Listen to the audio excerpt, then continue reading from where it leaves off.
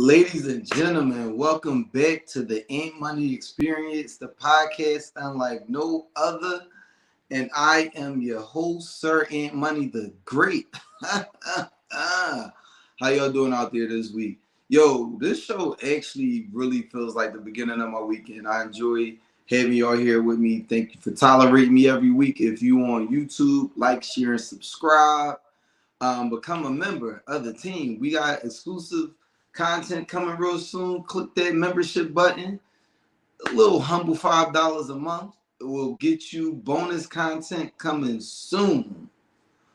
Also, if you're on Facebook, share the podcast.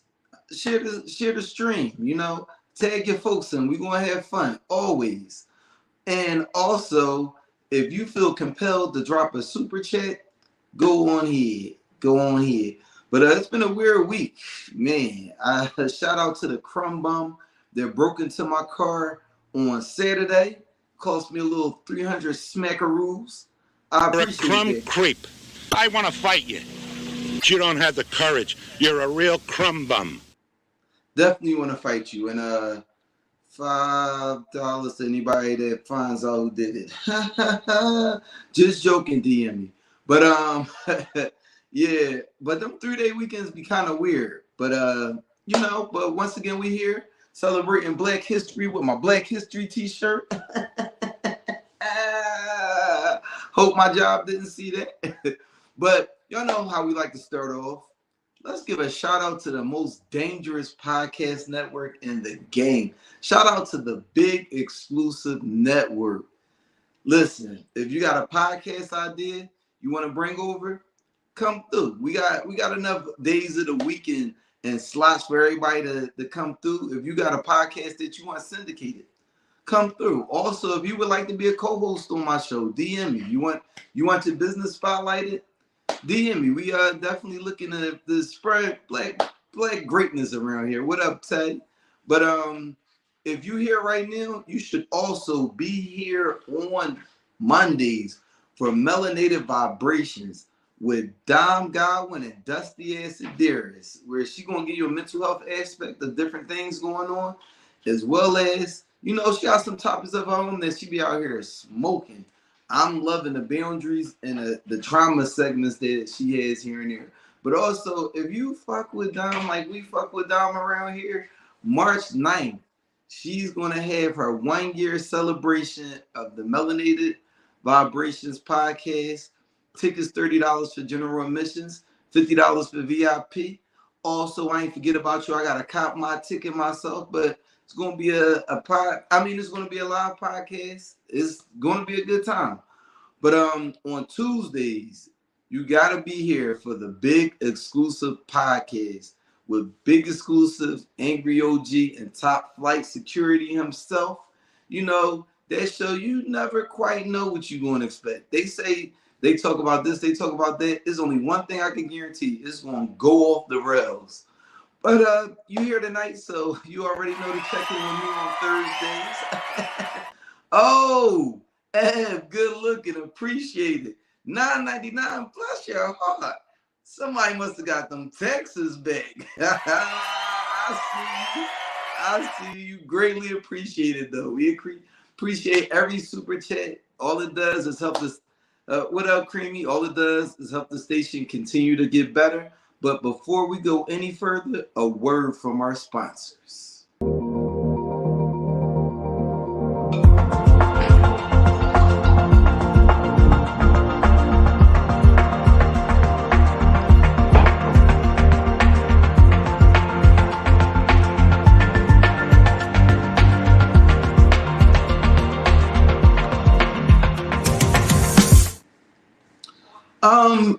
Before we go any further, I want to send a rest in peace shout out to Hadia Broadbent.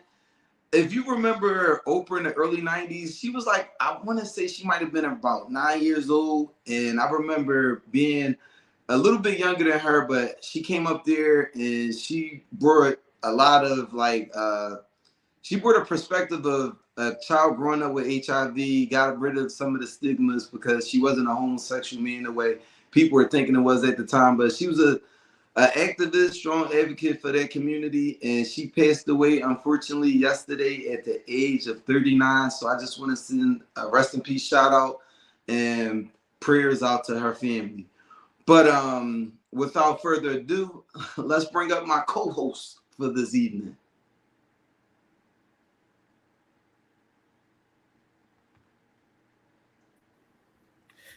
Hey, what's up, brother?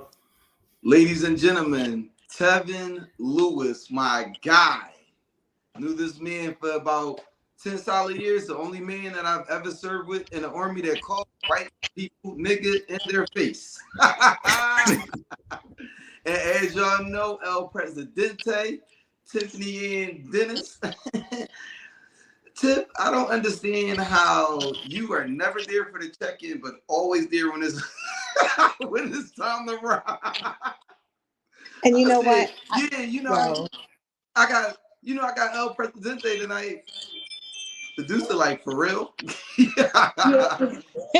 And yo, But, my apologies. My apologies. I'm normally backstage like a half an hour to 40 minutes before the show when I'm on, but I had some unfinished business to do at work today. She got her leg blown out before the show, y'all. No. Not that type of unfinished business. Don't do that. Oh no, you tripping. You started early. No. You already starting? Listen, that's the story I'm going with. But you know what, Shannon? Don't start with me. Don't do that. Don't do that with me. You wasn't getting your leg blown out? No, I was not. Now you know if I was, I have no problem saying so. But no, I was not doing that. The fat Faison liar. But without further ado, let's jump into that. If it bleeds, it leads.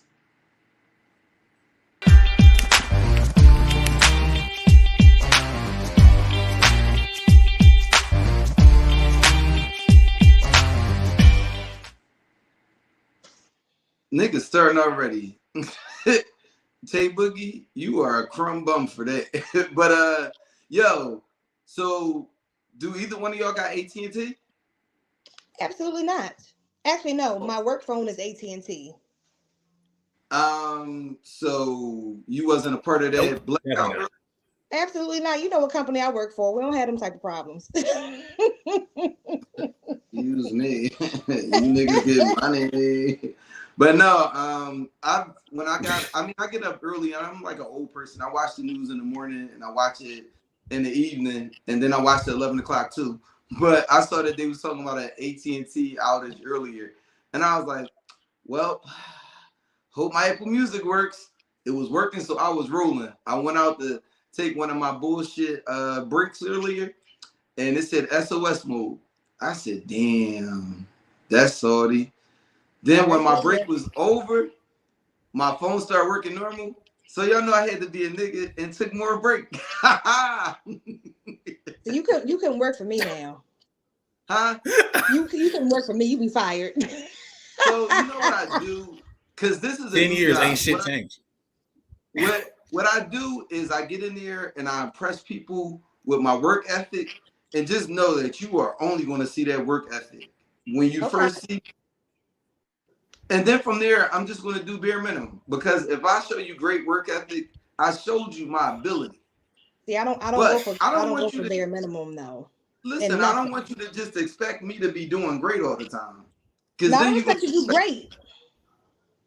Nah, I ain't got time for that. But first topic, please. Did you horse court after scene running down I-95 in Philadelphia? Philly, we made it again. This made national news. Now, Tevin, I know you're not from Philly, but we got these horses that people just ride around in the hood on. Like, I mean, literally just riding down the street like it's normal. Being from Philly is regular. It don't even faze me anymore. But when I seen that horse on 95, the video of it is outrageous, because this horse is running full speed like he was racing the cars on the joint. And people was really like mesmerized, because I think it was like 4 o'clock in the morning. And I mean, just imagine you going to work 4 o'clock in the morning and you like, yo, It's a horse on 95. This, ladies and gentlemen, was another example of how Philly is not a real place. Visitors. Yeah, so I read an article about this shit, and there was a white dude who was like, it was like 4:45 in the morning, and he was on a bus and then saw the horse. So he said all the cars started slowing down to like 25 miles an hour. He's like, everybody wanted to match the speed of the horse because we wanted to protect the horse. And I was like, this is the whitest fucking response ever. Like, you wanted to protect the horse, bro? Seriously? The only thing I could say that was probably smart about that is you don't really want to scare the horse either. Because if that horse would have ran into traffic, I can only imagine the wreck that would have happened. That's a mess. I mean, a deer will do damage to a car. That horse was drone. Yeah, and the spot was like Fletcher Street Urban Riding Club. I was gonna ask, I'm like, is this some Philly shit? What's an urban riding club? I ain't never heard of that. They be around.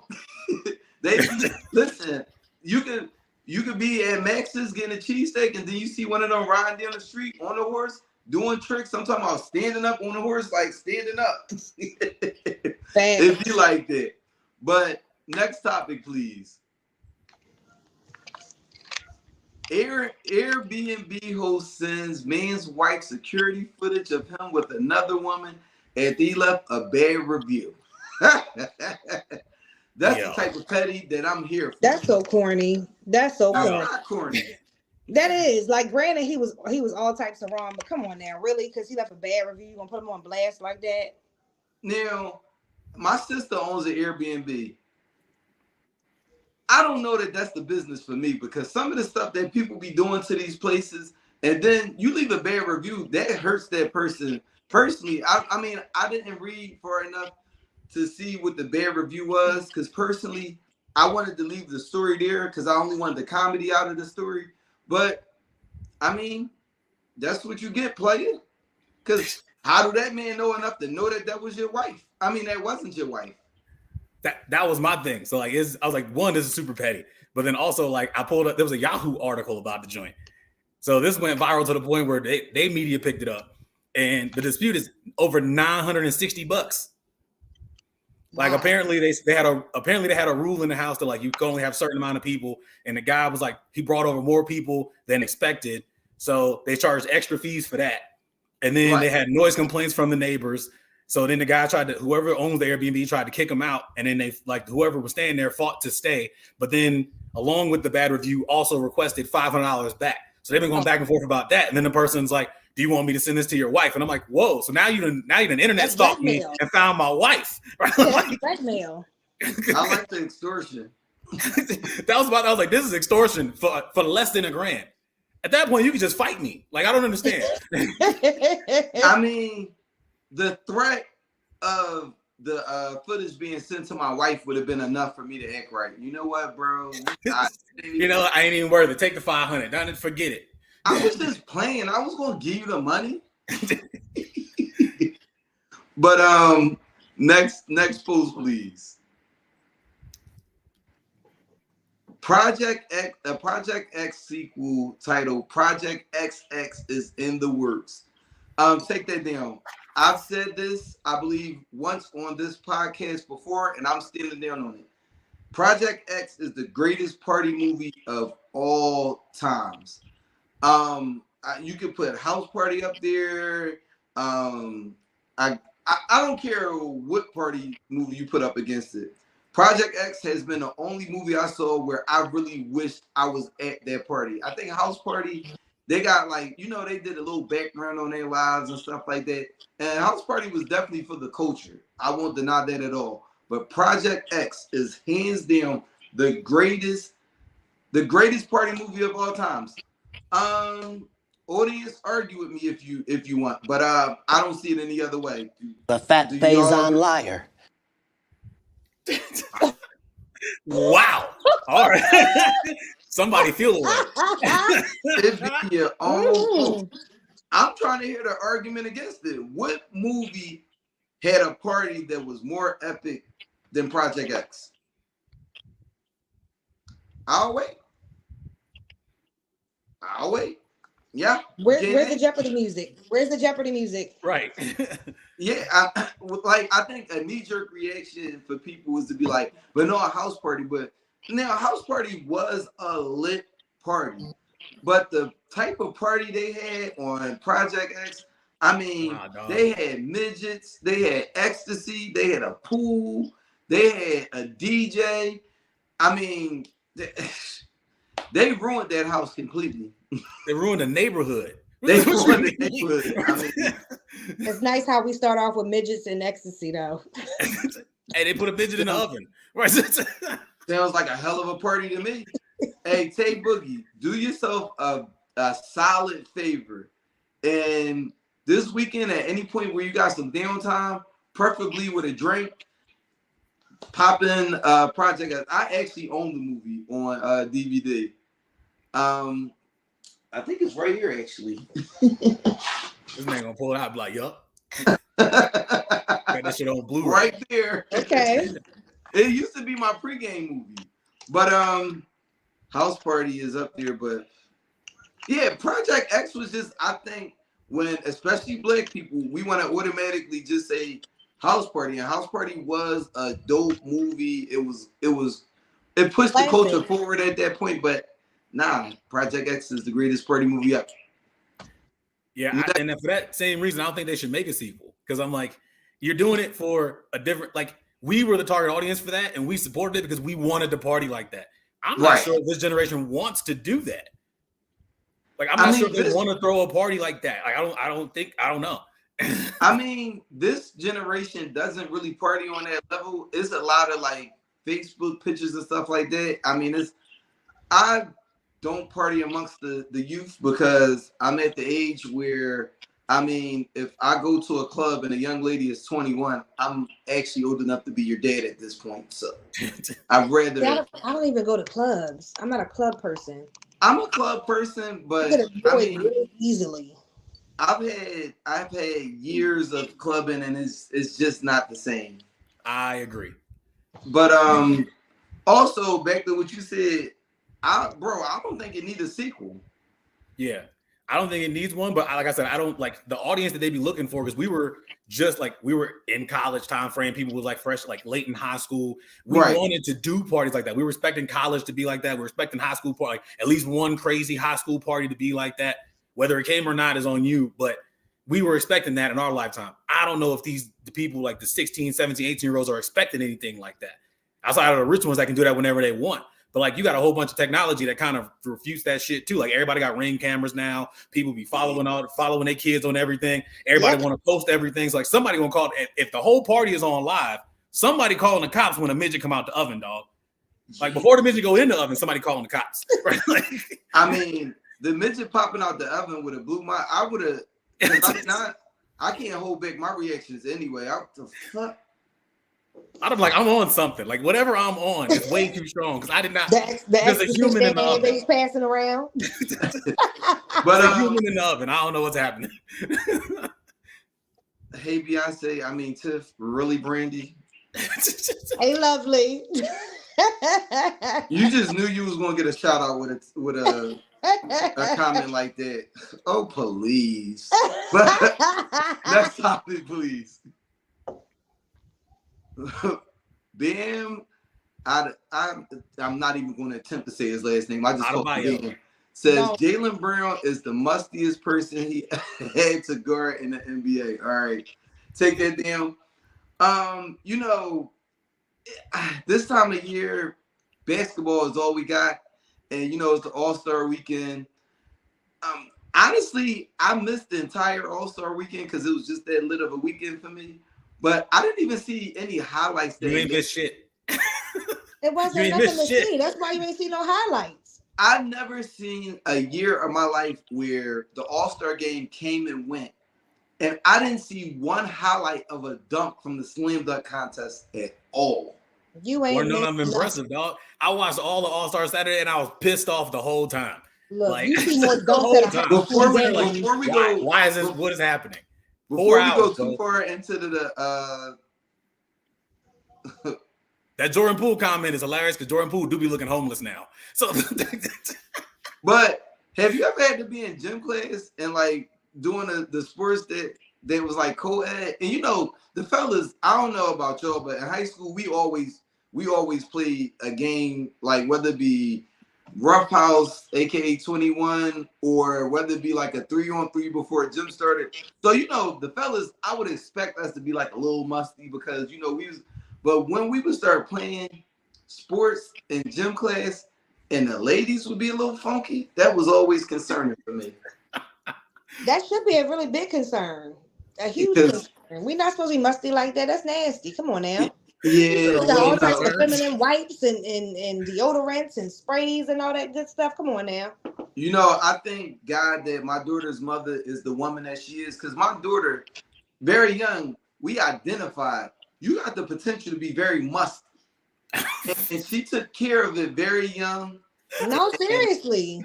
I'm glad that my daughter is not the musty little girl that like the girls that I would be smelling in high school, because it was actually a sad joint. But I think that is funny as shit for him to actually just say that, because that's something you never really think about. I would never think about somebody on a basketball court being musty.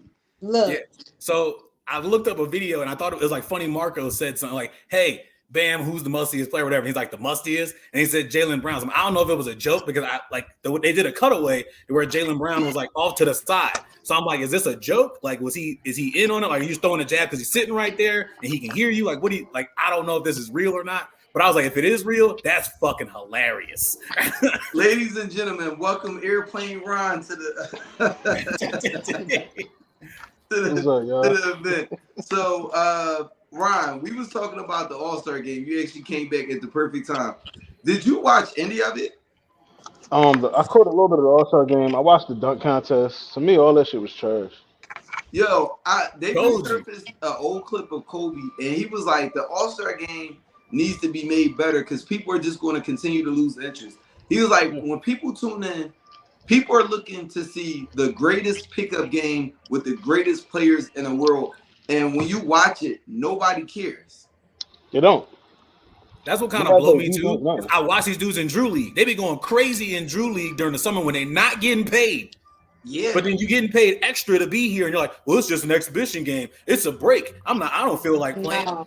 In the summertime, you can get injured and lose money. You getting extra to be here, dog. Like, come on, man. Yeah. Too privileged. Yeah, it's definitely, they definitely be going hard at calls in them pro-am games. And it's like, it's only for respect. But I would figure on the NBA court, like, this is the All-Star game. I'm never going to have another game with all y'all here at the same time. I'm going to show off. You know what I blame for that, though, honestly? What you blame it on? LeBron made that shit cool. To, like, he was going to say Bron. I knew he was going to say Bron. Yeah.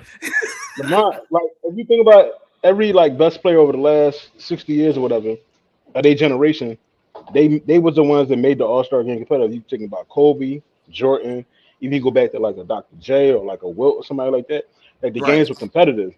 LeBron, he really just be there goofing around, having fun with everybody. You know what I'm saying? It's nothing serious about the game. I mean, I can see that, but also I noticed that like them games that Kobe was in the All-Star games, like if you go back and watch them, Kobe was legit playing.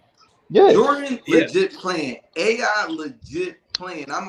I'm talking about defense. That 2001 All-Star game is one of the best ever. Like him and Starberry was going crazy, going at Kobe and J Kidd, everybody. Yeah. But y'all know how I like to end.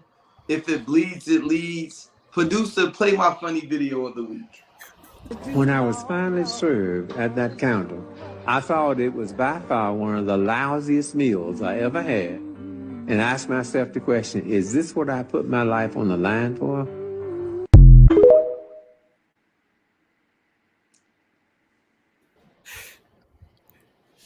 I thought this was funny as shit. It randomly came. Actually, a white person sent that to me. Get the hell out of here. I had this one friend that I was in the army with. And he sends me stuff all the time. And he'll always, but after he sends the video, he'll always say, white people shit. But he sent this, and I was like, this Black History Month. I love you, bro, but don't play like that. I watched it and I was like, huh, that's actually a fair thought. Think of that man that got his ass whooped fighting to try to get to this protest. I mean, the protest in this establishment. Then he could finally go there, eat there free. They ain't got no choice but to serve him. And they like, bitch, this is what I was fighting for. All this unseasoned bullshit. I mean, he's probably feeling like they was in life when they was like, this ain't your type of pies. And he was like, well, where can we get some nigga pies? Like he's probably thinking that shit in his head. Like, nah, I don't need this food no more. Yo, let me get him out of here. Like, I think people think it's a joke, but I've seen raisins and potato salad before. Ew. I mean, I thought it was a joke. Then I seen who put it there, and I was like, but with that being said, that's going to conclude If It Bleeds, It Leads. Let's jump into that lounge talk, ladies and gentlemen.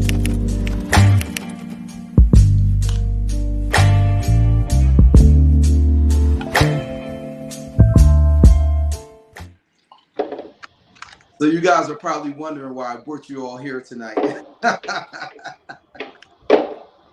So actually, I think it was like right before New Year's, I went and did Ron's podcast, A Safe Space for Men. Check that out on all streaming platforms. And me and Ron was just sitting there talking, and I don't even remember how we got on the subject of dating. And Ron said that dating is trash. And as I sat there, it was like really just like a thought that came to me last minute.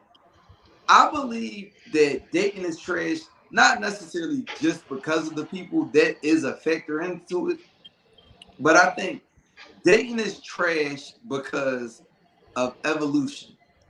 Now, when I say evolution, you got to think about the fact that in like the 60s, when our grandparents were dating, they were looking for something different. They were out the gate looking for marriage.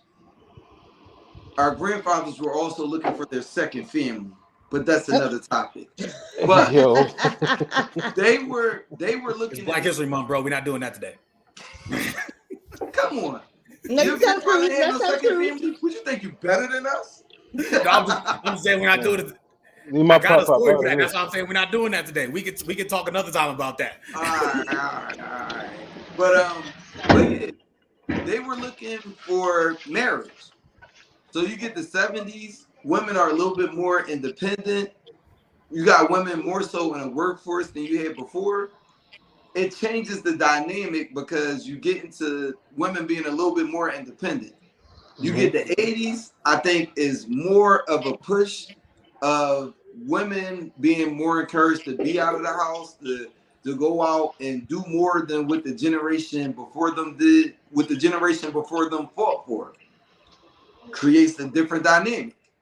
Along with the drugs and stuff like that of the 80s, which also comes into play, you get the 90s. The 90s, I feel, was like more of like a expression, like freedom to express more so than what you had in the past. So you had women being more expressive, on top of women also evolving further than the women of the 80s because they saw them be independent. They're looking to be more independent. You get more women in the corporate world. So now I think the 90s is where you get that first wave of women's independence, and I don't necessarily need a man. So we're evolving past the point that we're dating for marriage. Women don't necessarily need men the way they needed them in the past. I think it created a different variable to the dating phase. Now, fast forward, because I don't think the 2000s, the 2010s, or the 2020s are really too much different than one another. I think it just was further deteriorating the structure of what we looked at as relationships. And I think this is why we're at where we're at. Because, I mean, for one, marriage was an institution, but most of us were Christian. I would say in the 60s.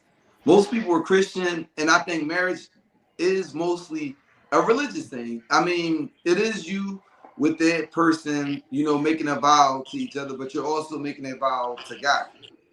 But we aren't as religious as we were at that time. So I think that also just the evolution of people, I think those things tarnish relationships. Now, we'll start with you, Tiff. What do you have to say about that? I definitely do agree. We had this slight conversation earlier. I definitely agree with you. I think also social media plays a big part of it too.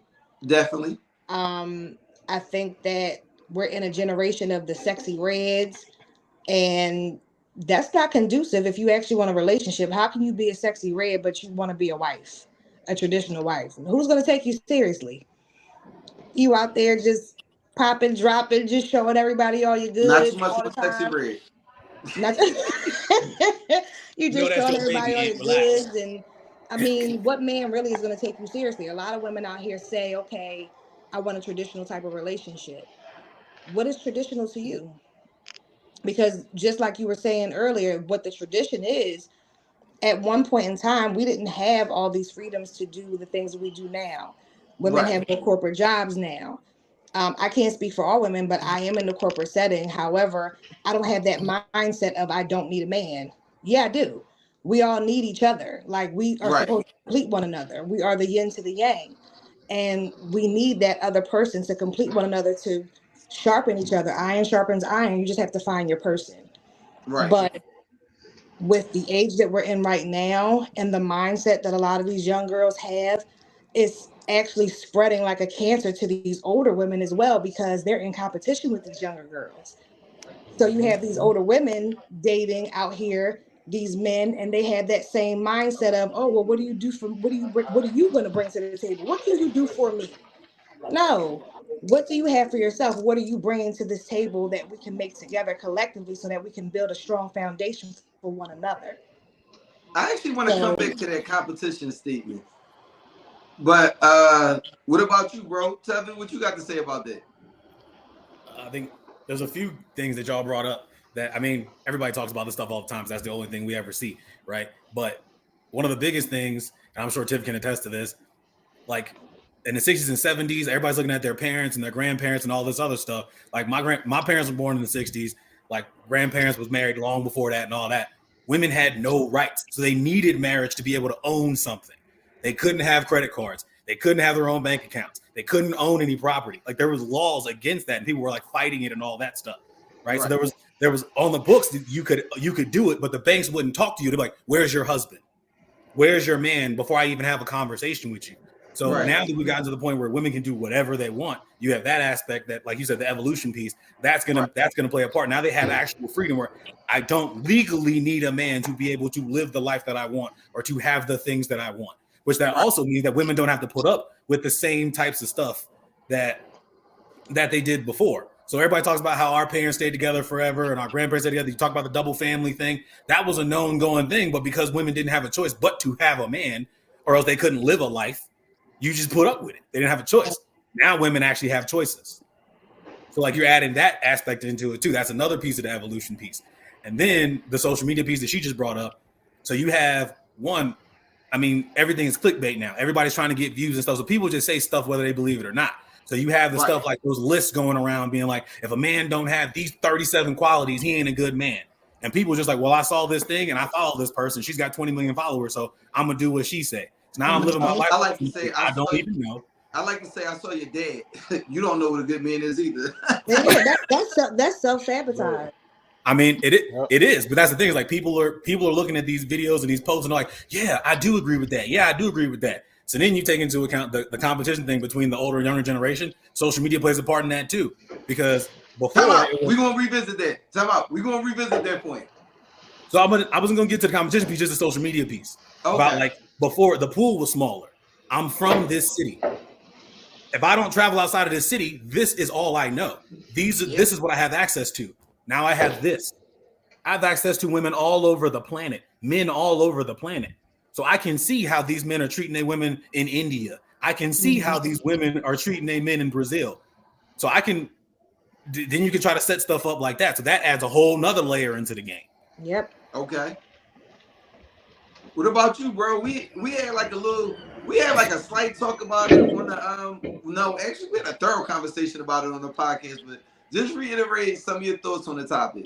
Definitely social media. Definitely think like you were miles about the evolution piece. Women don't need men as much. So, but also what happens is with the social media part of it, they looking online. All they seeing is all the good. They just seeing that this man is taking this chick to Dubai and spending all his money on her. But you don't see the other 6 days of the week where he whooping her ass, or he got 6 other women, or he giving her STs and stuff like that. All they seeing is imagery. So nobody's really interested in like actually building something like from the ground up, which is what we were taught. You know what I'm saying? Most of us that saw our parents or our grandparents together, like we saw them go through stuff. Like you ever seen someone in your family that's been together so long, and you be like, man, like how y'all still together, and you know what they done did to each other. Like we don't have that no more. I ain't saying be stupid, but we don't have that no more. Where people are just like going through thick, like they really sticking to their vows, and for good and bad, rich and poor, and all that. It's the minute some shit go left, motherfuckers be out. You know what I'm saying, myself included. But damn, I'm just saying. Listen, one thing you always gonna get with Ryan is always gonna be transparent. Yeah, as a divorced man, I'm with him. Yeah. Like, likewise, I'm like divorced that. too. Yeah, I'm divorced too. Like that shit happens. So, and then also a lot of women, while it's great that they have all these opportunities, they're able to do these things, a lot of that shit goes to some of their heads, and then they feel like they really don't need a man. And then, or they come to the table, oh, I got all these degrees, this, and that, but you can't fucking separate clothes. You don't know how to make a dish. You can't fucking mix cornbread together. You're not domesticated. You don't know how to do none of this stuff. You can't separate clothes as well. Yeah, I'm just saying. I don't met girls that just put all the clothes in the washer together, whites, reds, darks, all that, and I'm immediately turned off. Like it's like you don't understand. Like I can't trust you to wash clothes. Like these are the basic like qualities that you need to run a household if you got kids. A lot of these women can't do it. They just can't because they either weren't taught it or they were so focused and like career driven that wasn't like a priority to them. You know what I mean? All right, so Tiff is going, let's start women bashing. The reason why it's messed up because these bitches just don't be knowing what to do once we get there and they get a good nigga. And that's the end of it. That's it, that's all. But no, before we get any further, yo, I got one thing to say though. I saw this tweet earlier, like he was talking about the laundry thing. There was some dude on Twitter who was like, if my wife can't do laundry, then I'd rather marry a fellow man because then we'd have a lot of interesting things to talk about. And everybody's like, laundry-based homosexuality? Like, what is wrong with you, my guy? No, seriously. Like in my last couple like people I've dated or relationships I've been in or situations, like I've been the person that knew how to cook. I'm not saying that's great that I know how to cook, but but you don't have the ability to make spaghetti. That's a problem. If you're talking about building a family, you don't know how to separate clothes. That's a problem. You can't do the basic. You don't have the basic essentials to run a household. And then not to go too far, but that 50-50 debate where like you got a lot of women saying, "Oh, I'm not going 50-50 with a man." Like you need to be able to take care of 100% of yourself before you even can meet me halfway. Yeah, that's my opinion on it. You know what I'm saying? Yeah. If I meet you and you got all these late notices, that's a red flag. You shouldn't even be worrying about getting no dick. You should be focused on working extra hours or doing what you got to do to get your shit in line. Like the same way men got to come correct, y'all got to come correct too, because y'all be showing up with 413 point credit scores and everything repoed. Like y'all don't be having your shit together. Tiff, you had to see the way they was talking when you got off the screen. Negro, that was you.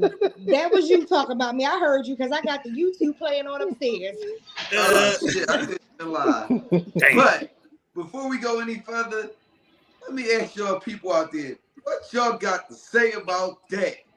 Gang violence.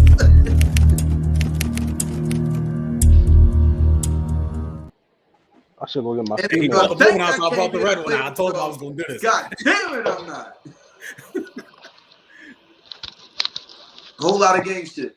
But producer, drop the chat line. Let's get some feedback on this one, ladies and gentlemen. How do y'all feel about my theory on why the dating pool is trash at this point? So thank you, Brett. So another thing I wanted to get back to, that competition thing. I think that's also something very interesting about the dating pool right now, because you have more so now than I think it was back in the day, where older women and younger women are in competition with each other.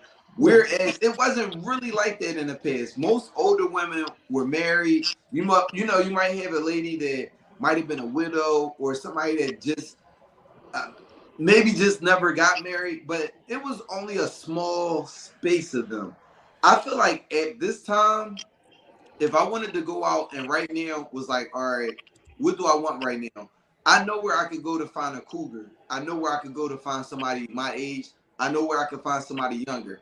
I feel like that's a new phenomenon. I don't feel like that was something that was always in play. Mm-hmm. So is it just that older women have been getting divorced at a higher rate, or like just not settling down more so? What would you attribute this phenomenon of younger women and older women being like not at odds, but both being in play as far as the dating game right now? You know what I think it is? Oh, my bad. No, go ahead. You got it. You know what I think it is?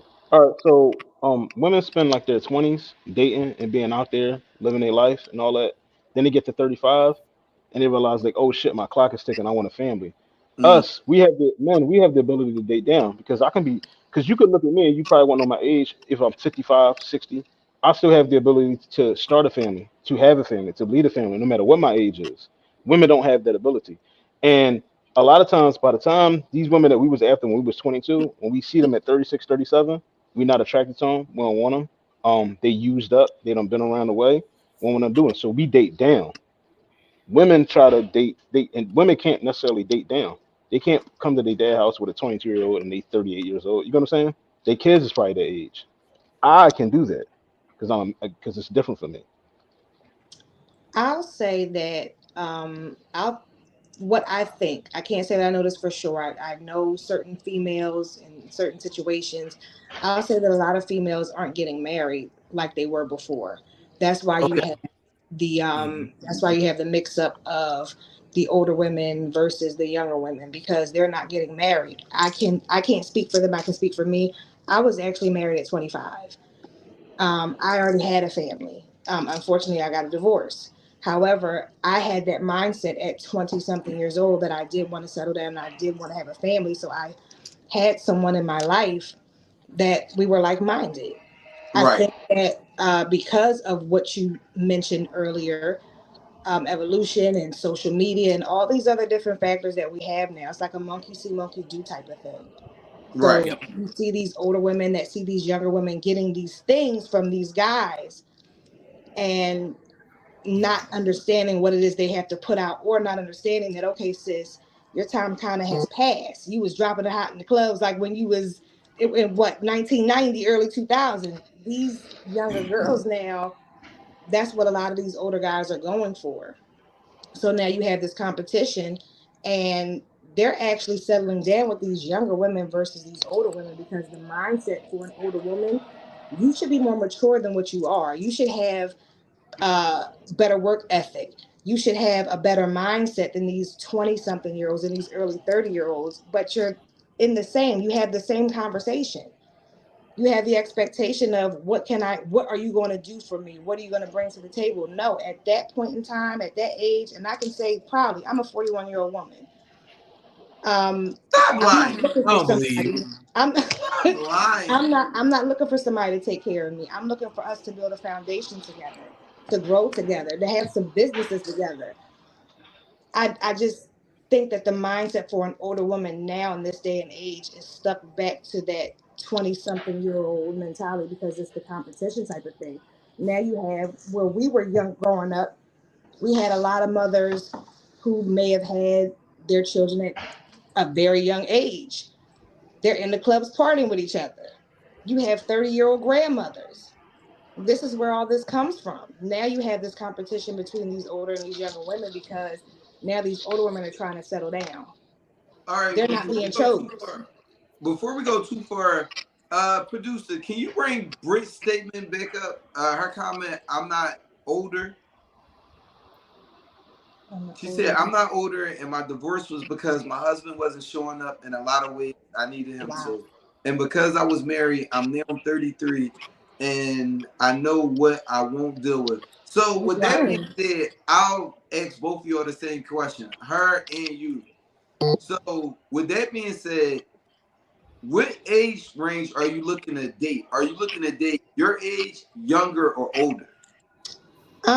For me personally, I'll say my age to 10 years older. I just actually was in a situation or in a relationship with somebody that was 10 years older. I don't want anyone younger because for me, I just feel as though they don't have anything to offer me because I have a lot of experience. I have a lot of experience. I was a married woman. I have 3 children. Like my oldest child is about to be 19. For someone younger, and I have dated at least 2 guys that were younger than me. They really didn't bring anything to the relationship. So I felt like I was stagnant in the relationship, waiting for them to catch up. I don't want to feel that way. I want to feel like we're growing together. himself. Okay. Well, it's good, y'all. And I think Tiff brought up some really good points in that age difference conversation because I think that women are opposite than men in that. So like a lot of men would date down before going up because they're like, I can train this person and have some like not necessarily control, but like I know you're not mature enough for certain things, so I can get away with more type of shit. Or like we can have different conversations than being like I'm 33, same situation as Britt, right? Divorced, all that, got married at 25, all that. So like same situation as her. If I was trying to date you, you're 8 years older than me. Your expectations are so much higher because you've seen more, you've been through shit. Yes. So because your expectations are higher, now I got to be better. And some men just don't want to deal with it. So like you'll have a 35, 36-year-old man who's like, I can just get with a 24-year-old and her expectations are stupid low. I just gotta spend money. I just gotta show up. I gotta do nothing. I got a car. I got this. I got that. I don't have to actually be a good man. Exactly. I gotta do basic level shit, and I'm cool with that. Exactly. See, I come with the standard. I have a standard. I have, as our good sis Don would say, my non-negotiables, and I'm sticking with that. If I feel as though you're not bringing what I need or what you have said to me is contradictory to what your actions are, I'm out the door. That's Ron brought a good point too. That low self-esteem does play a big role. Yeah, I'm not wasting my time. It's just no. For what? So, which part of the question did you want to jump in on? Pause. You had said about the evolution part. I just wanted to add in one quick thing. So I feel like I agree with you saying about the evolution as far as women not needing men financially, but the problem is it became not needing financially, then it became not needing men at all. So especially in our community, where they gonna get dick from? Say it again. Where they gonna get dick from? No, I agree with them because a lot of females do say that. I don't need no man. Right, and that's the mindset that it started to go into. There was a lot of people looking real stupid when they needed their car cleaned off and only had a broom. Look, you ain't lying. Go rent one on blue bikes. Right. Hey, Playwave, you had a good point there. It did expand that way, but I think it's also a societal thing. Like we got like that. Go back to the social media thing. All you're hearing in all these interviews is men got to have a certain money, certain salary, certain jobs, certain this. So now I'm only looked at for money. Or things that are monetary. So if I get to the point where I make 150 grand a year, I don't need a man financially. Everything I've been told is I only need a man for finances or for stability. But I'm financially stable. I got my own shit. I don't need a man for that. So that means I don't need a man at all. That's the way that they're looking at it. And that's sad because what about companionship? We all need companionship. The only pushback I'll have to that is I was having a conversation with one of my homies and I was like, I look at you, I've always looked at her as one of them women that's an alpha female, like always did her own thing, always was in charge, this type of thing. But I was like, what made you like that? And she was like, honestly, I don't want to be like that. It's just that the men that I come in contact with are always like, they just don't know how to carry it. So she was like, I don't want to be an alpha female, but where they lack, I feel like I have to step in and I'm already independent. So I'm just rolling like I would normally roll. So not that every woman wants to be that way. I just think that they are in spaces where the guys that they're running into are just subpar. Yeah. And because I've never been in a relationship with a woman that had to carry me for anything. Since a kid, my parents have always been like kind of rough on me to be independent. But I've never honestly, where do the women that be taking care of men at? Because I be looking, I be wanting it. I got my own money. But if you want to buy me sneakers and stuff like that, I used to really be searching for it. It ain't a part of your DNA, with the money. But also, Joe, you were still talking. My bad. No, it's cool. And I like what Britt said. She had said basically they're not genuinely trying to find love anymore, and that's what I was saying about how dating is now. The genuineness of dating is kind of taken away now, because now it's more of what you could do for me, what can the man do for me, what can a woman do for me, but it's not. There's no genuine. Like I said it on my show, when we started to have like foodie calls and people just getting taken out just so females could be on Instagram and just showing the food, the genuineness of dating, two people trying to get to know each other is kind of gone. So that also kind of plays into a factor as well. When you got two sides not trying to get to know each other, there's no genuineness, there's no really love for real. That's when it just becomes monetary, what you're trying to do for me, or you trying to get the yams up. That's why it starts to be ungenuine, and that's why the people think that the dating pool is trash. So, I chocolate chip and sip. Shout out to Stormy P. And she had a comment one day I was watching. She was like, if we all are in a dating game for the same reason, there's no reason why it should be this trash. And I was like, damn, that's a fair point. Definitely, but there's a caveat to that. I don't think people really know what they want anymore, what they're looking for. I think people are not being honest with themselves about what it is that they need for them as a person. I think it's more piggyback off of what I saw this person get. Okay, this person has this. Oh, how can I attain that as well? No, what do you need as a person? What do you want? What are your likes? What are your dislikes? Don't take on the persona of somebody else. Who are you initially, you know? Yeah.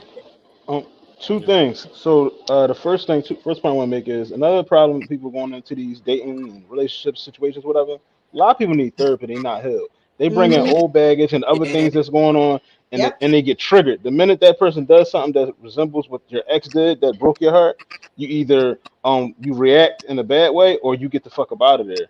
And then when I was talking about with the money, somebody just asked about something with the money. A lot of women or a lot of people, I don't want to say always screaming, my man got to make 150 or 200,000 a year. I had an episode about this where I specifically focused on like the black community. Only like 7% of black men make over $150,000 a year. 7%. That's a low. I mean, I don't know how many black men it is in America, but I know 7% of anything is a little bit. So like for people to have that standard set, some people to have that standard set, my man gotta make this amount of money, or even if you're saying your woman gotta make the amount of money, you gotta be more realistic. Because I think it was only like 13% of black women make over 150,000 a year. Everybody here trying to make it. The economy is fucked up. Chicken wings is $13. Like, you gotta be more realistic when you out here like trying to make these fucking demands. Like, you got to be more realistic. It takes two people. America is set up for two people to run a household. Two people. Anybody that's a single parent in a household, even if they by themselves. I know people don't got kids and by themselves and they are struggling. So for you to come in this situation with somebody that got children, whether she got kids or you got kids, and you got these high expectations to be taking all these lavish trips, that's insane. That's not real. That's not a real. That's not a real. It's not. It's not realistic. There's no way you could just assume that every week we gonna be in the fucking Bahamas. That's just not happening. Wait a minute. You better take this Applebee's and shut up. Wait a minute. Before we go too far, can you bring up the boy Anthony Rockmore comment? I'm done with it. Boy is wilding. Can you bring up his other comment? You gonna have so many gold diggers at your motherfucking DM. He being real. Yeah, right at your DM. Ron, you brought up a lot of good points, but that goes back to what Tiff was saying about people don't know what they actually need. People are like looking at Instagram being like, "Oh, she seems happy, he seems happy, so that's what I want. I want to replicate that." but that might not be what actually makes you happy, right? Like everything that make my boy happy don't make me happy. Everything that make her happy don't make you happy. Like this shit's weird, right? Like you got to understand yourself better and know what you need to get out of a fucking relationship before you do all of this, before you start drawing all these ridiculous expectations based on somebody's podcast or somebody's interview. Yep. You know what I look at? Because I'll definitely be looking for this money that they say don't bring happiness. You know what I look at when I be dating? Like when I meet, you got to make it bring you happiness. It does. When I meet people, I try to find out like about their last 2 or 3 partners, like their last 2 or 3 serious relationships. Like if the niggas a deadbeat or the other one's in jail and the other one sell drugs, I know what you into. I know like you probably used to like. I be full disclosure. I had a kid by somebody that only knew toxic, only knew drama. So the fact that I wasn't out like fucking bitches and selling drugs, like she didn't know how to react to that. It was like she would come in the crib and want to argue because I was doing everything right. So like you gotta understand, like some people, that's the type of energy they want. And you be like even myself, we all gotta get better at identifying it. Like, oh, that's what you meant to. Let me dead this shit now before this be something that I can't get up out of. So while we're here, you brought up an interesting subject. I was talking. Shout out my boy Rob, Slick Talker, if you know him on the gram. But we was talking last night. He brought up an interesting statistic about domestic abuse. Do you know who has the highest rate of domestic abuse amongst partnerships? Men. Lesbian relationships. Lesbian relationships. Oh, lesbian? Oh. Yep. You know who has the lowest? Men. Gay men have the lowest level of domestic abuse. So that led me to believe women are the problem. He did that whole setup. All this drawn out shit. Women are the problem. But no, also he said something like really similar to what you said, Ryan. He was saying how people look at him and his daughter's mother's other baby father online, and he was like, yo, we be bidding on each other. And people like, how are y'all friends? And he was like, she had a conversation with somebody she was dating and basically told him, like, yo, we friends because we don't have a problem. We have a common bond. We should have each other's best interest for each other.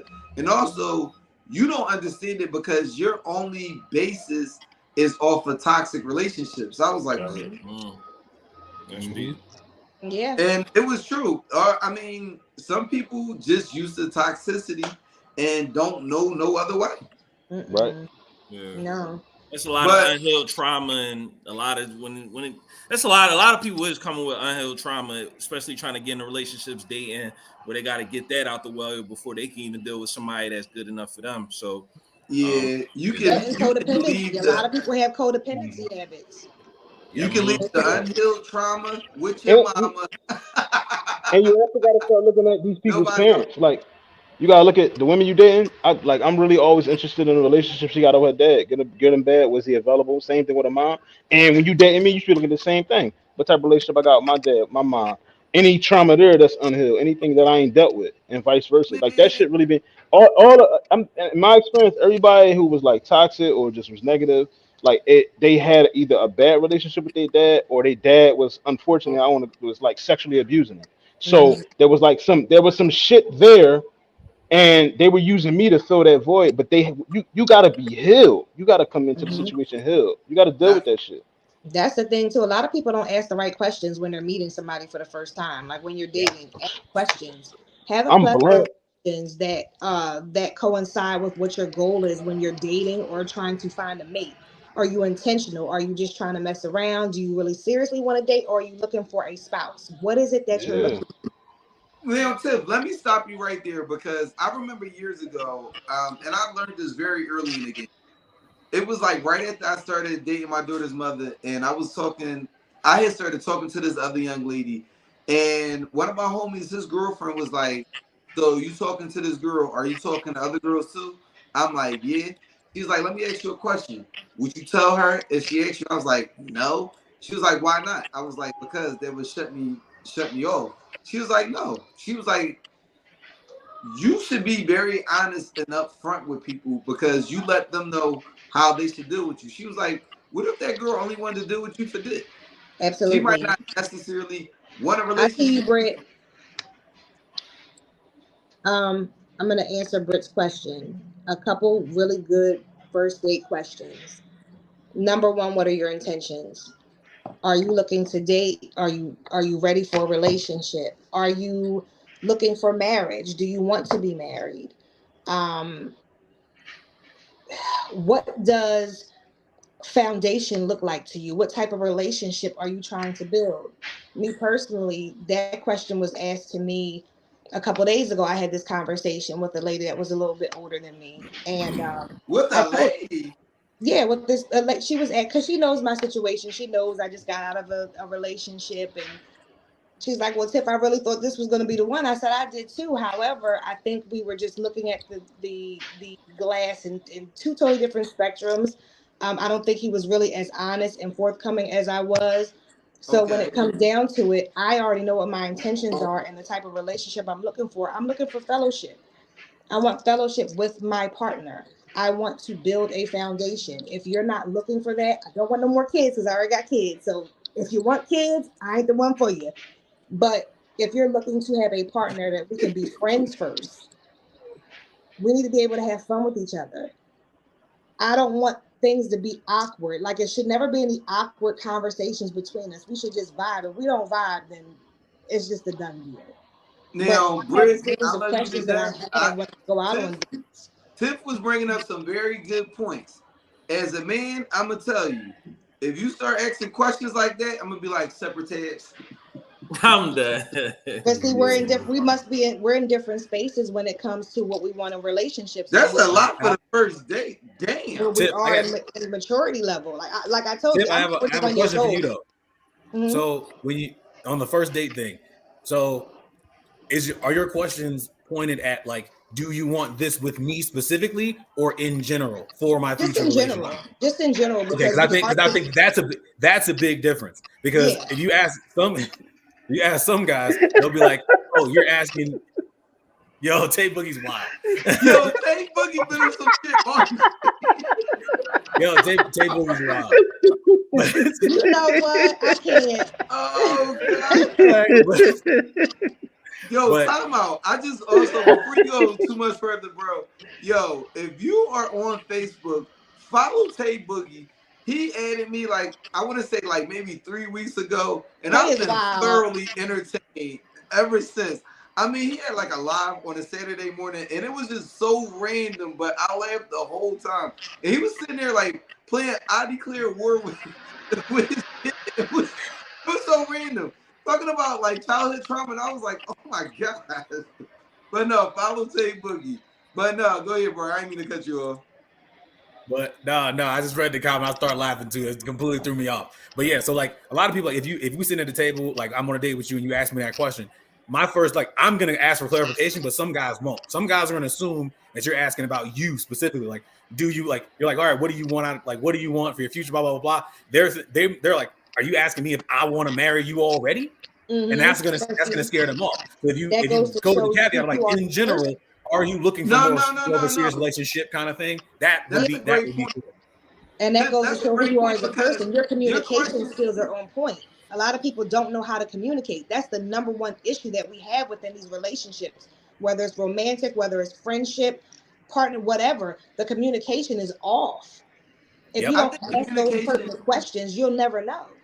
I think you're absolutely right. But on a first date, asking what you're looking for is fine. Trying to figure out what you're looking for. But I think the level of question that you're at, it may be because the difference of age, but that's coming on like kind of strong. Well, I don't even think it's a difference in age because it might just be about how long have I known this person? Because if I just met you, like we worked together, I got the job last week, and I'm like, hey, you kind of cute, you want to go out on a date, and you start throwing at me, then it might seem a little heavier. But if I've known you for a little bit, and we've been talking back and forth a little bit, and then we're finally going on our first date, but we've been like chatting back and forth for a month. Exactly. Whatever, then the conversation can get deeper. Exactly. Right. You don't want to. You don't want to throw out. You don't want to throw that deep stuff out at first because you're still trying to get to know that person. However, right. I think it should be a lead. Ask those questions. Right. What are you looking for in a relationship? Do you want a relationship, or is like what exactly are you doing? What are your intentions? That's very important because if you just want to smash, okay, just put that on the table. Okay, I'm just trying to smash. With the women nowadays, they be right with it. Okay, cool. I'm not looking. No, they don't. No, they don't. That I gotta disagree with. The women I do. No, they don't. Oh yeah. No, they don't. Some they do. ain't gonna be with that. They ain't gonna be with that. Some do. They be down with it. Ladies and gentlemen. No, they don't. Ladies and gentlemen, Big Exclusive has walked into the building. JK, what up, player? Phil, what's up? Tevin, pleasure to meet you, sir. El Presidente, firing people in the corporate world for being late, but you keep showing up on this network late. Leave me alone. We got beef, okay? We got beef. I was working. So real quick, I just wanted to address a few things. Sorry if I can't come on camera. My camera setup is not set up. I'm in producer mode, but at the same time, I'm loving the conversation. And I just wanted to make a point. And you had spoke to maybe it being age. And I'm honestly with Tiff on this. I need to know up front. I don't give a fuck if I just met you at the club yesterday and it's our first date, or if we worked together for a while. Like, these answers, I need to be definitive. I need you to know what it is what exactly it is that you want. Number one, because if we're gonna get in a relationship with you, I don't want a girl who don't never know what she want to do or what she want to eat for dinner. Okay.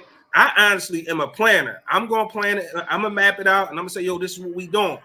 But if it's off chance you tell me you hungry, and I say, all right, what do you want to eat? And you don't know, that's a problem for me. I like structure. You understand? I like clarity. I like to lead. I'm not asking no woman to be submissive. My actions will hopefully have her submit, and I'll submit to her as well. But these first dates, y'all got to start dating people with a purpose. And if you're not doing it, at the end of the day, just do what Tiff says. Say it up front. Yo, all I want to do is smash. Tiff is absolutely right. It works. It absolutely fucking works, JK. And I don't know what women you're dating. Hey, but shake your head, bro. Every time I'm up front and I'm honest, like, yo, at the end of the day, I'm not looking for nothing. I want to have a good time. I'm definitely trying to smash. Every single time she either said, yo, I'm looking for more, right? Or she like, all right, I'm with that. We can have some fun. Wherefore, Lord, bro, it worked. See, the problem is a lot of these dudes, and I hate to break guy code, but at the end of the day, a lot of these dudes lead women on by saying, or being very vague. Can you take them off? Huh? Can you take them off, producer? Who? You. Oh. Sorry, no, come back. No, come on back. Hey, no, it's your show, bro. It's your show. I'm just the producer at the end of the day. He's telling the truth, though. Like, and niggas know this shit. Women know it, too. At Britt, my birthday coming up March 9th. But at the end of the day, a lot of times women, fellas, we got to do better. A lot of times women, when they get standoffish like that, or they decide, fuck it, all I want is the money, or I'm going to play the field, or I'm only going to date for dinner, it's because niggas been lying for so long. So many niggas led them on thinking they wanted more, and then once they get it, it's like they don't know what to do with it. They ghost them. They flat out just ghost them at the end of the day. That's just being honest, because I've done it as a man. But me, at the age I am now, I know who I am. And let me address this notion real quick, because I heard this thrown around a lot, and this is just my opinion, okay? You're never fully healed from anything, right? Imagine you break a bone. That bone never goes back to the way God made it. It's mended, right? It's still going to always be some discomfort, but when you talk about that mental healing, you don't know until you're put in those same or similar circumstances and you're triggered by that old trauma, how you're going to respond, right? There's levels to healing, right? Like now, people say to me, because I lost my mom, right? People expect me to be healed, right? And it's like, I don't even know what the fuck healed looks like from losing your mind, right? I didn't know what healed looked like from losing a relationship. I'm in therapy actively, right? Every Tuesday, right? So when people talk about healing and being healed, you guys have to put that in perspective. That level of trauma by being I guess, how can I put betrayed by someone you committed to wholeheartedly and invested in emotionally and gave a certain level of vulnerability to? That level of hurt and betrayal is so deeply personal and so deeply traumatizing that leads to men being certain kind of men. Now, ladies, I got on the men. I'm an equal opportunity critic. Ladies, what you have to do is not play games with the men. Okay, if you specifically only dating me because I got the bag and I present that way, let it be known. Be honest. Like, look, you got the bag. I'm trying to get some of the bag. Or if you just want to go out because you hungry, say that. We hungry sometimes too, and sometimes we just want to talk to somebody and have good company while we eat. But don't leave men on. And ladies, raise your expectations for these men at the end of the day. Right? You talk about questions on a first date. There should be no questions that are off limit on a first date. Tiff will tell you. We had this conversation on the podcast before. I'm asking, what's your credit look like? Do you have any aspirations for a business? What's your goal in the next 6 weeks, 6 months, 6 years? Because I need to know how to water, how to give you sunlight, how to help you blossom into the person you want to be. And if the person you want to be don't align with my core values and my goals, I'm not wasting my time with you. Okay? Yep. I just absolutely refuse to. Ladies and gentlemen, y'all doing an awesome job. I just had to come add my 2 cents and get up out of here. Appreciate it. Nah, you Thank you for the exclusive. Yo, he came. He was on point, but that's why I didn't say Tiff shouldn't ask those questions. I'm like, it needs to be clarified. Like, I'm talking in general what you're looking for versus letting people assume, oh, you must be asking, do you want to marry me right now? Like, that's going to throw some people off. And it's all about communication, knowing what questions to ask, knowing how to answer the question, how to structure the question, how to structure your answer. That's it. But if your communication is off and you don't know how to answer certain things, I mean, it's going to be a problem. That's just like within relationships. I think that a lot of people hold back because sometimes people take a part of themselves and they emulate their partner. Okay, well, he likes this or she likes this, so this is what I'm going to make sure I do. And then you lose yourself in the relationship. Okay, but what about you? What about what you like? What about what you need as a person? If you're dumbing yourself down, if you're not giving your all to your relationship, then how can it thrive? It's not growing anywhere because you're not being who you are innately. Can you bring up this Anthony Rockmore's comment again? This nigga. Damn, y'all skip what's your favorite color and go what's your 401k? What's your favorite color is kindergarten, okay? You guys are kindergarten. Wild. But no, Tiff was on point with that too. But like, we're gonna wrap up the what y'all got to say about that / Leon's Talk topic. But y'all know how we do. Joe, don't go nowhere. Producer, we're gonna get into that spotlight segment.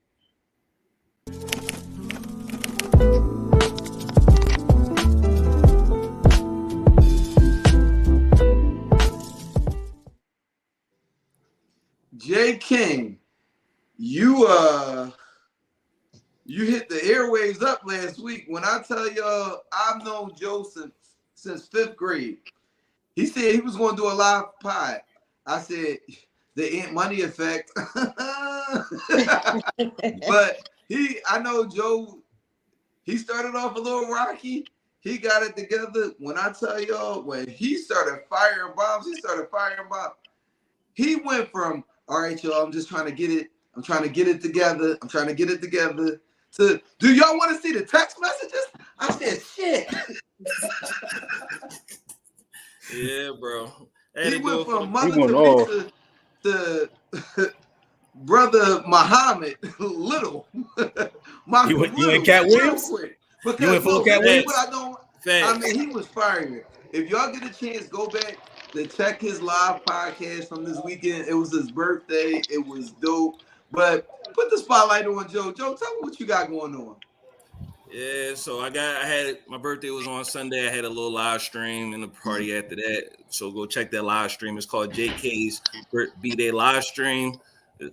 Playway TV on YouTube. Go check that. Next week I'm dropping. I got a hip hop podcast that I do called Unwavered, where I talk about the top 5 Jay-Z unreleased songs. If y'all Jay-Z fans, y'all gonna love it. Yeah.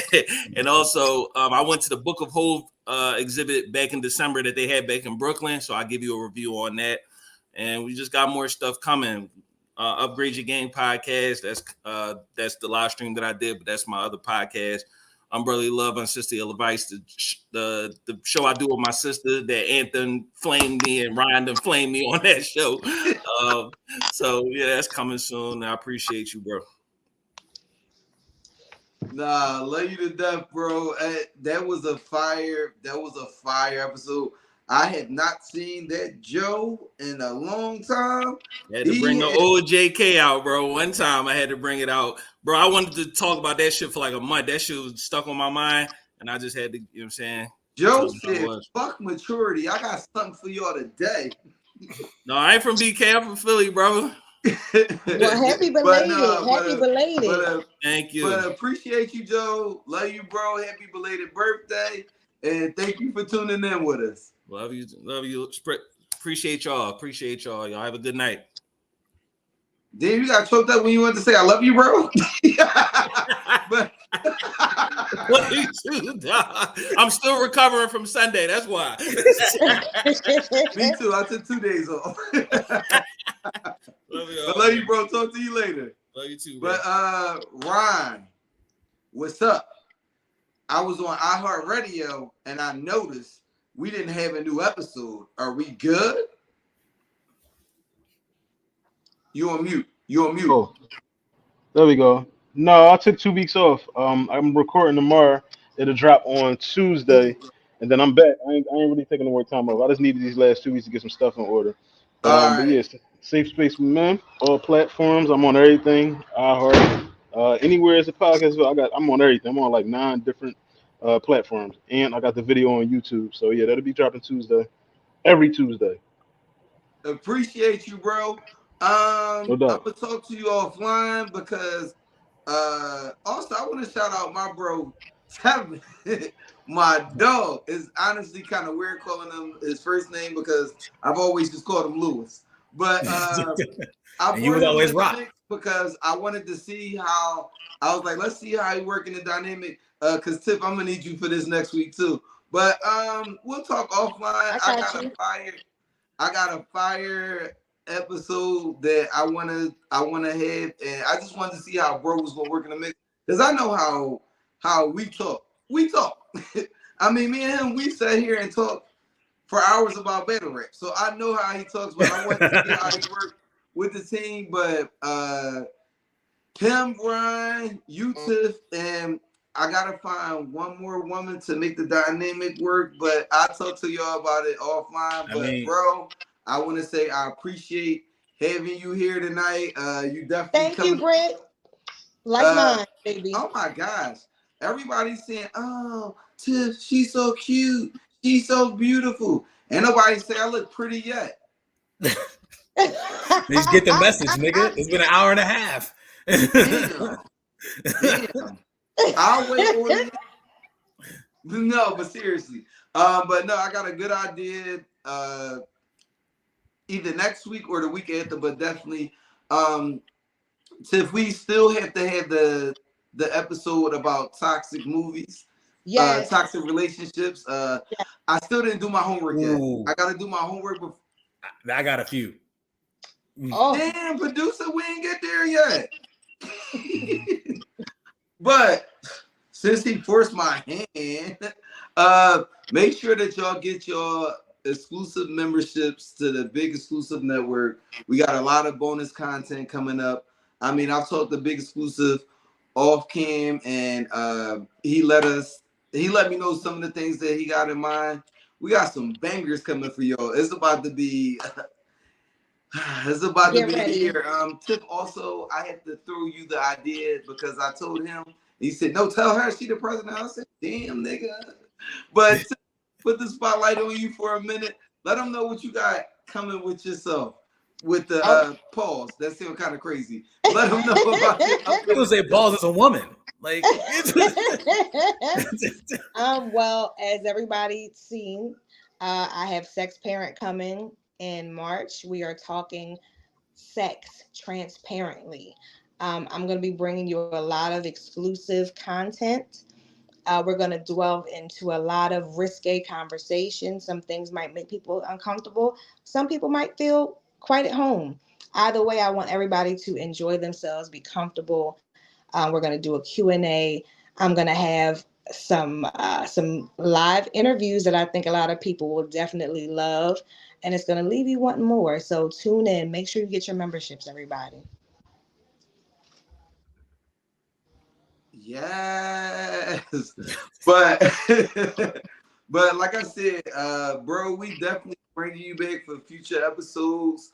To thank you for being here tonight. Thank you for having me again. Joe, thank you for calling up. I want to say thank y'all. Honestly, I was feeling a little restless. I was like, thank you for the love, Britt. But I had to remember that the streets need me. So we was gonna do this episode. Can't leave the game alone. The streets need me. But no, I definitely appreciate y'all for taking your time out to be here with me tonight. And I see y'all next week. God bless and good night. Good night.